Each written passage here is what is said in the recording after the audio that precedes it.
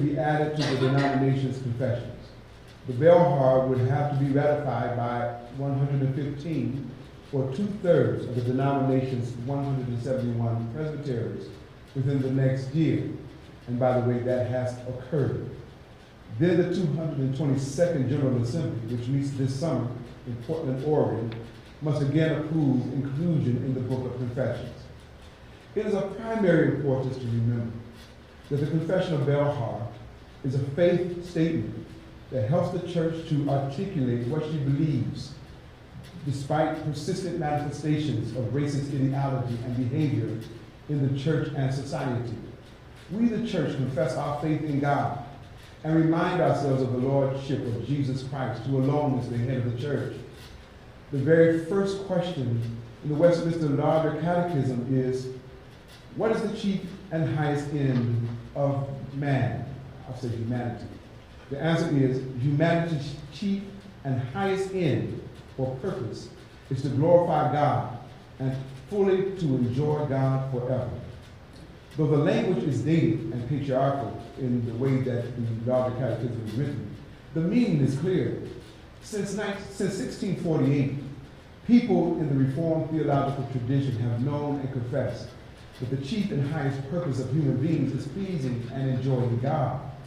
When therefore the church strays away from her first and primary purpose, when ideologies of any sort displace Jesus as Lord of head and heart, when hatred and dissension manifest in the place of love and acceptance, the church has lost her way. She must pause to re-examine herself and, if warranted, confess her sin and turn, placing her faith in God. The authors of the accompanying letter that provides an ecclesial and social context for the Confession of Belhar frame the need for the Dutch Reformed Church to confess their faith anew with these words. We are deeply conscious that moments of such seriousness can arise in the life of the church, that it may feel the need to confess its faith anew in the light of a specific situation. We are aware that such an act of confession is not lightly undertaken, but only if it is considered that the heart of the gospel is so threatened as to be at stake. Accordingly, we make this confession not as a contribution to a theological debate, nor as a new summary of our beliefs, but as a cry from the heart, as something we are obliged to do for the sake of the gospel in view of the times in which we stand, end quote. The accompanying letter, written by the 221st General Assembly Special Committee on Belhar, opens with these words. The Presbyterian Church USA is again facing a critical time in its history. We are rent apart by division and schism. We have yet to directly confront and confess the racism that has been a significant force in our own history, and we have shown a failure of resolve to make courageous stands for justice. We believe that the Confession of Belhar, a profound statement on unity, reconciliation, and justice in the church, comes to us as a word from God for this particular time and place for the Presbyterian Church, USA, end quote. The Confession of Belhar incites us to throw off the chains of racist attitudes and behaviors for the sake of the gospel. No doubt there are many Presbyterians who will deny that racist sentiments occupy the corridors of their heads and hearts. They may be unable to see and will refuse to confess that simply being unconscious of or being in denial about racial differences is evidence of the systemic and structural nature of racism, that the failures to consider their neighbors of a different hue, to include diverse cultural and ethnic narratives in church and academic textbooks, to make it a habit to visit the other side of town or the other side of the tracks for lunch or dinner and a movie, to insistently remain untouched by difference while comfortably residing in enclaves of similitude, are examples of racialized behaviors that do in fact issue from racialized mentalities. Such attitudes and behaviors are themselves evidence of division and schism as articulated in the special committee's letter. The question is, how does the Confession of Belhar teach teachers to teach justice and leaders to lead in just ways? It is a tough question to ask of a faith statement whose only intent is to return glorifying and enjoying God to the center of conscious and unconscious Christian behavior, and Jesus Christ, who is the Word of God, to the center of Reformed faith and practice. Remember that the Belhar has three sub-things: unity, reconciliation, and justice, and that those sub-things are juxtaposed to sinful attitudes and behaviors that the confessors of Belhar reject, quote unquote. Unity, the first sub-theme of Belhar, for example, is juxtaposed or contrasted to, quote, any doctrine which absolutizes either natural diversity or sinful separation, professes spiritual unity, while believers of the same confession are alienated. And it goes on. These contrasting attitudes and behaviors must be used as frames for locating ourselves in relation to racist attitudes and behaviors in the body of Christ, and maybe our own racist attitudes and behaviors. Confession requires introspection. Teachers, learners, and leaders must, in order to be effective, periodically look within themselves in order to identify and recognize resources they already possess to complete the task ahead of them. They must all also contemplate who they are in relation to students, teachers, and participants. The juxtapositions of contrasting behaviors and attitudes articulated in the Confession of Belhar aid in bringing to conscious attention where teachers, learners, and leaders are located in relation to the gospel and questions of racial justice. It is hoped that one of the many gifts that come with introspection is the capacity to be compassionate. When we look at the ideology of race, we cannot help but realize that one of the elements undergirding racist thought and behavior is disdain and sometimes even hatred for the other, based on fear and usually ignorance. Yet the ministry of Christ, whom we follow by faith, was inspired and sustained by compassion, the determination to emphasize and even suffer with others, especially the despised, dejected, and delimited other.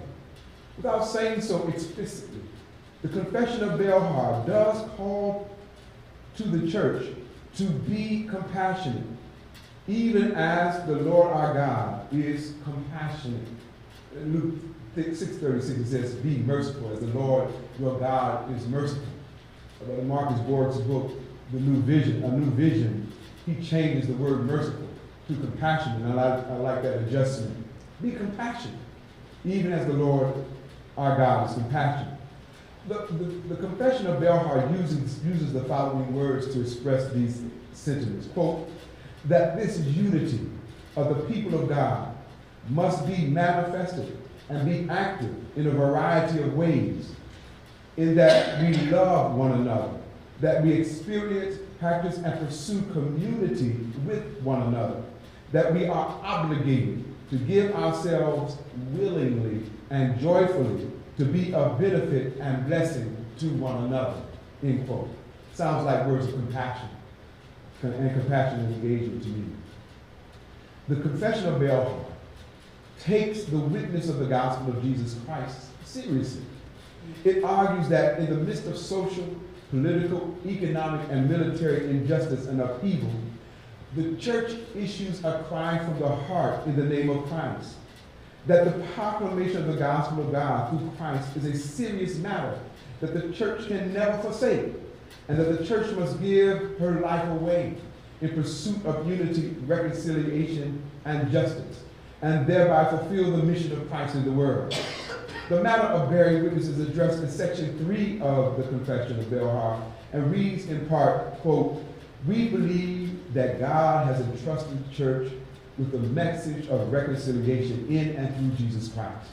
that the church is called to be the salt of the earth and the light of the world, that the church is called blessed because it is a peacemaker, that the church is witness both by word and by deed to the new heaven and the new earth in which righteousness dwells. End quote. Bearing witness is done in obedience to God and for the benefit of those to whom witness is born. It involves the proclamation of a counter-narrative, one that declares that giving is better than taking, that love and acceptance are more valued than hatred and rejection, that sharing is more in line with the will of God than hoarding, and that serving more a reflection of the will of Christ than being served. The counter-narrative is in a racialized context, like the United States. It's also one that challenges the dominant narrative about immigration and immigrants, because it notes that the Bible repeatedly calls the children of God to care for the foreigner while remembering that they too were once foreigners. And that's just one example. The teaching, learning, and leading practices of the church should therefore acknowledge and engage the various contexts where bearing witness in word and through deed take place. The congregation I pastor, for example, like many other congregations in our community, engaged in faith-based community organizing, along with other people of faith, not all of whom are Christians. The First African Church speaks truth to power relative to issues that negatively impact communities in the metropolitan Atlanta region, and aids in organizing people to confront and defeat policies that tear rather than mend the social fabric. From winning the struggle to get DeKalb County, Georgia to install sidewalks so that no one will be run over while walking down the street 10 years ago, to working collaboratively with other groups to get the governor to sign the ban the box legislation. The principles of the Confession of Belhar are embodied and lived out in the real world. People of faith are not just called to gather and implement these actions. There is rather a period of preparation that includes teaching the principles of faith-based community organizing, examining the nature of power and how it is utilized structurally and systemically, and for what purposes, discerning the dominant narrative that gives credence to the misuses of power, and imagining and creating together an alternate narrative born of the collective consciousness of we the people. The Confession of Belhar can serve to teach teachers to teach justice and leaders to lead justly. To do so, it must be studied carefully and intently. Its sentiments will have to be internalized and lived out in human society in order for its intent to be realized in the earth. Now let me turn to my conversation partner tonight, Dr. Torre. Let us hear from her before we engage one another in conversation. Thank you, Dr. Lomax. Before I begin, I would ask of you, as you listen, to consider a couple of questions of your own. As you listen, what really resonates with your work, your ministry? To what extent were you able to hear or see the Belhar through the words that we're going to share in the conversation that we're going to have tonight? And by all means, take notes so that specific aspects we can refer together. So my comments are going to situate the conversation we're about to have in terms of what it would take to develop either a conceptual framework for your leadership program, your leadership education, your Bible study classes, your vacation Bible school. What kinds of conceptual frameworks can you begin to pull from? It's also going to suggest what happens if we use the Belhar and its tenets as indicators of our success. Oftentimes we get caught up in the action of teaching or leading, and we will evaluate whether or not we did a good job based on how we pulled it off. And so we're going to be asking of ourselves tonight to consider the tenets and where they converge into our current reality. It requires us to listen, to understand, to tolerate the silence, the stillness of our Creator's voice, and to comprehend before we respond, which means sometimes we have to ask again and again and again. As recent and as ongoing as our political and financial crises are here in the United States, it demonstrates, in my view, that many high-profile people confront new problems without the ability to see connections between these variables of past patterns and present. They cannot visualize or forecast directions. They cannot approach issues creatively. They can look and not see, hear and not know, understand a thing and be completely ignorant of it. The articulation of who God is in the Belhar, which states that God calls, God frees, God supports, and God wishes, requires us to use our imagination to envision what a true remedy for and repair of these communities will mean.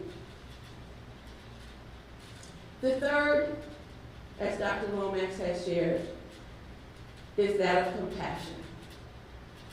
Clearly, the language of the Belhar that speaks to the inclusion of all persons and the resistance to qualified membership, I need to say that again, and the resistance to qualify membership into the body of believers is evidence of this type of compassion. Our ability to listen, to truly hear and comprehend another person's perspective without judgment and interpretation is evidence of acceptance. The skills and abilities needed in today are not only of knowledge and how people interact. Too many of us seem to lack self-awareness and any preparation in critical reflection and thinking. There are those from whom answers hide the real questions, both about ourselves and about others. This is why, for example, James Baldwin's notion of protest literature and history was so interwoven in his writing, because it was important to make this interrelatedness between our souls, ourselves, and the realities. This interrelatedness of heart and soul with the objective historical reality helps us to see the questions and assumptions so often hidden by answers, helps us to develop a meaningful philosophy of life. Often, when someone proposes a solution, I will ask them that sounds like a good answer, but what's the question? What are you really trying to answer? Or, in my context at First African, is this solution good for Black people? One of my greatest teachers, Dr. H.G. Hilliard III, also known as 9x4, taught me that it is just as important to ask the right question as it is to get the right answer. So if we consider these three precepts, we become teachers and leaders practicing a liberating education. Our challenge here is to teach and lead using the counter-narrative, using those histories and herstories, creating opportunities to dialogue that touch the spirit, and to become a compassionate listener, revising the current definitions that we work under as what is effective, to consider not just how to do things, but how to analyze, how to comprehend, and how to communicate. This I would put forth as the purpose of education. in the context of professional ministry and church leading. The teaching we focus on is not how to engage in a transaction, whether it's handling the function of liturgy or church property. Instead, the focus is on transformation. Now, this is not to diminish the skills that we need to properly complete transactions, but it is to say that our role as emissaries of God is to situate ourselves for God's transforming power. In us as teachers and leaders, it shows up in the way we turn different pieces and parts into something new. And by finding a synthesis of existing ideas and elevating them to charge us to think beyond the immediate to what's more universal. The more universal approach we have, the more we prepare ourselves to be well-rounded professionals and advocates for justice. So what I call a liberating education fosters the ability for us to distinguish between what is true and what is false. It involves a number of different perspectives: the scientific, the artistic, the humanistic, the spiritual, the descriptive. So in fact, we develop an interdisciplinary language. Our goal is to keep as many as possible at the communion table. It means that there's sometimes we can indeed measure what's valuable, but we also recognize that everything valuable cannot be measured. A liberating curriculum is a program then for global citizenship. It's liberal in its form of inquiry. It honors not only the revealed truths, but intellectual growth. This curriculum is a preparation for living and wondering why. Not just how to teach one how to earn a living or achieve a task, but also how to live. It offers instruction and experiences in both technique and vision. This is a responsive education. As agents of justice, our teaching and leading has diverse attributes, and from them we gain confidence needed to take initiative, to solve problems, to formulate creative ideas. We develop skills in people's language, their learning, and their style of leadership. As agents of justice, we also must learn more about the cultures, the stories, and the technology. This broad approach emphasizes reasoning in different modes: clear and graceful expression in written, oral, and visual communication, our ability to organize, to be tolerant and flexible, and sensitive to the concerns of others, as well as aesthetics. A liberation education inspires us. It inspires us as leaders and as learners. It inspires us to see ourselves as a world people, to develop the capacity to check assumptions, and to understand the value-laden choices that await us as consumers, decision makers, and arbiters of ethical choices at home, at work, and at the church. To help us understand and build a civilization compatible with the nature and aspirations of human beings, in balance, in a healthy tension with the limitations of any given environment. And so how do we do this type of teaching and leading? How does this type of curriculum happen? It must be intentional. It is a means and it's an end. Its purpose, its design, has to be well thought out and yet simple. Simple based on human values that transcend the technology of our time, but demonstrate what true democracy overcomes. These are the benefits of the education that liberates us. And secondly, we practice communicating these stories and gaining confidence in our communication with these stories. This type of curriculum places the candidate and leaders in opportunities for authentic practice. It has to be done in context with the work or service of the ministry. At Johnson C. Smith, we envision candidates and ministerial practitioners that practice and promote a global engagement of justice.